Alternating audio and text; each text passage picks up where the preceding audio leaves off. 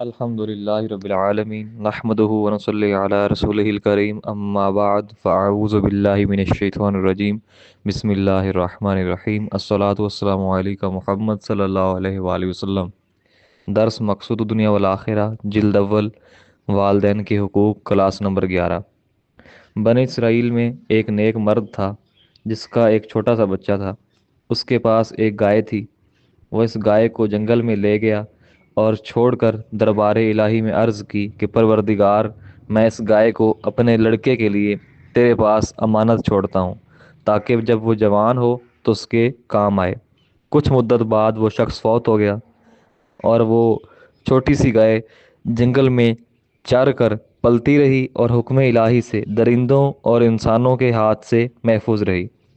وہ نیک سیرت بچہ بڑا ہو گیا تو صبح کو لکڑیاں کاٹ کر بیچتا اور اپنی کمائی کے 3 حصے کر کے ایک حصے سے گزر بسر کرتا، ایک حصہ والدہ کو دیتا اور ایک حصہ اللہ تعالیٰ کی راہ میں خرچ کرتا، اور رات کو بھی 3 حصوں میں بانٹتا۔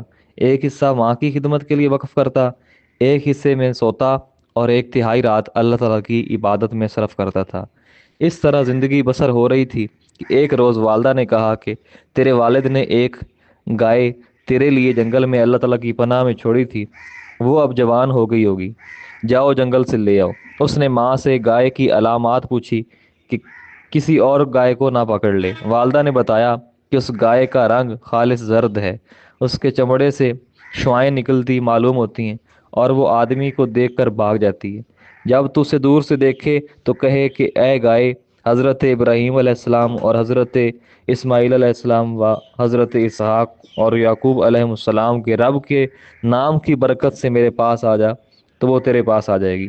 ہاں دیکھنا کہیں اس پر سوار نہ ہونا، مبادا آدمی کے استعمال سے اس کی برکت ختم ہو جائے۔ وہ نیک بخت جو جوان ماں کی بتائی ہوئی نشانیوں اور نصیحتوں کو پلے باندھ کر جنگل کی طرف گیا اور ویسی ہی ایک گائے دیکھی اور اسے اپنی محترم والدہ کے کہنے کے مطابق بلایا۔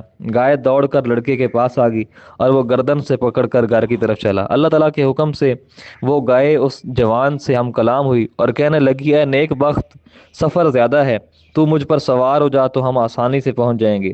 لیکن اللہ تعالیٰ کے اس نیک بندے نے کہا، میں ہرگز سوار نہیں ہوں گا کیونکہ میری ماں نے سواری سے منع کیا ہے۔ اس پر گائے نے کہا کہ اے نیک بخت جوان، تجھے مبارک ہو، تو آزمائش میں کامیاب نکلا۔ اگر تو مجھ پر سوار ہو جاتا تو میں تجھے گرا کر بھاگ جاتی، اور چونکہ تو اپنی والدہ کا فرما بردار ہے لہٰذا میں بھی تیری فرما بردار ہوں۔ پھر شیطان انسان کی صورت میں اس جوان کے پاس حاضر ہوا، بولا کہ اے نیک انسان، میری اس جنگل میں بہت سی گائیں ہیں، میں ان کے پاس جانا چاہتا ہوں، لیکن میرے پیٹ میں بہت سخت درد ہے اور میں چل نہیں سکتا۔ اگر تم مجھے اجازت دے تو میں تیری گائے پر سوار ہو جاؤں۔ جب میں اپنے علاقے میں پہنچ جاؤں گا تو تجھے اس امداد کے عوض 2 عمدہ گائیں دوں گا۔ لیکن اس جوان نے کہا کہ میری ماں نے اس گائے پر سوار ہونے سے منع کیا ہے، اس لیے یہ گائے میں کرائے پر نہیں دے سکتا۔ شیطان نے کہا، تیری والدہ کی عقل ٹھکانے نہیں، تجھے اپنا نفع یا نقصان خود سوچنا چاہیے، میں تیرا بھلا چاہتا ہوں۔ اس جوان نے کہا کہ میں اپنی والدہ کے حکم سے سر نہیں پھیر سکتا، خواہ کچھ بھی ہو۔ اس پر شیطان نے اسے اتنے زور سے پکڑ لیا کہ وہ جوان اپنے آپ کو چھڑا نہ سکا، اور وہ بے بس ہو کر اپنی بلند آواز سے پکارا کہ اے ابراہیم و اسماعیل، اسحاق اور یعقوب علیہ السلام کے رب، مجھے اس دشمن سے چھڑا۔ ابلیس لعین نے جب یہ آواز سنی تو نوجوان کو چھوڑ کر باصورت حیوان بھاگ گیا۔ اس گائے نے نوجوان کو بتایا کہ یہ ابلیس تھا جو کسی بہانے مجھ پر سوار ہونا چاہتا تھا تاکہ میں تیرے کام کی نہ رہ سکوں، لیکن جب تو نے اللہ تعالیٰ کا نام لیا تو ایک فرشتہ آیا جس سے شیطان ڈر کے بھاگ گیا۔ آخر شام کے وقت وہ جوان گائے کو لے کر گھر پہنچا تو صبح والدہ نے کہا کہ اسے فروخت کر دو، اس کی قیمت اس شہر میں 3 دینار ہے، لیکن یہ گائے انوکھی ہے اس لیے شاید کوئی اس کی قیمت اس سے زیادہ دے دے، البتہ فروخت سے پہلے مجھ سے پوچھ لینا۔ چنانچہ وہ نوجوان گائے کو لے کر منڈی گیا۔ راستے میں اللہ تعالیٰ کا بھیجا ہوا ایک فرشتہ بصورت انسان ملا اور پوچھا، اس گائے کو کتنے میں فروخت کرو گے؟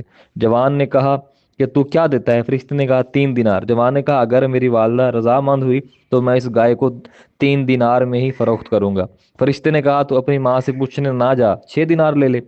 اس پر جوان نے کہا اگر 6 دینار میں بھی فروخت کروں گا تو والدہ کی اجازت ضروری ہے۔ تو فرشتے نے کہا 12 دینار لے لے اور ماں سے پوچھنے کی ضرورت نہیں۔ اس پر جوان نے کہا اگر تو گائے کے برابر سونا بھی دے دے تو میں اپنی والدہ کی اجازت کے بغیر نہیں بیچوں گا۔ ماشاءاللہ کیسی فرما برداری اور اطاعت ہے۔ جب فرشتے نے یہ جواب سنا تو کہا اے نیک جوان، میں اللہ تعالیٰ کا فرشتہ ہوں اور تیرے امتحان کے لیے آیا تھا کہ تو اپنی والدہ کا کس قدر فرما بردار ہے۔ اس گائے کو گھر لے جاؤ اور بنی اسرائیل کو اس گائے کی ضرورت پیش آئے گی۔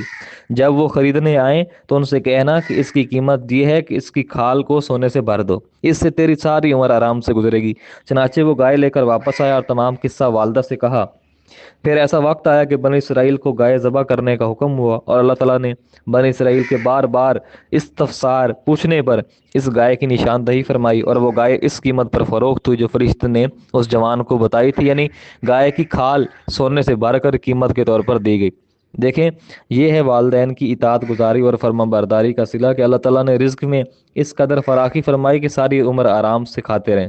ماشاءاللہ کیوں نہ ہو، جب والدین راضی ہوں تو اللہ تعالیٰ بھی راضی ہو جاتا ہے اور اپنے بندے کو مالا مال کر دیتا ہے، کیونکہ اس کی شان ہے یبسط الرزق لمن یشاء، جس کے لیے چاہتا ہے رزق میں فراخی فرما دیتا ہے۔ اللہ تعالیٰ ہمارے والدین کو صحت و سلامتی والی عمر کی عطا فرمائے، آمین ثم آمین۔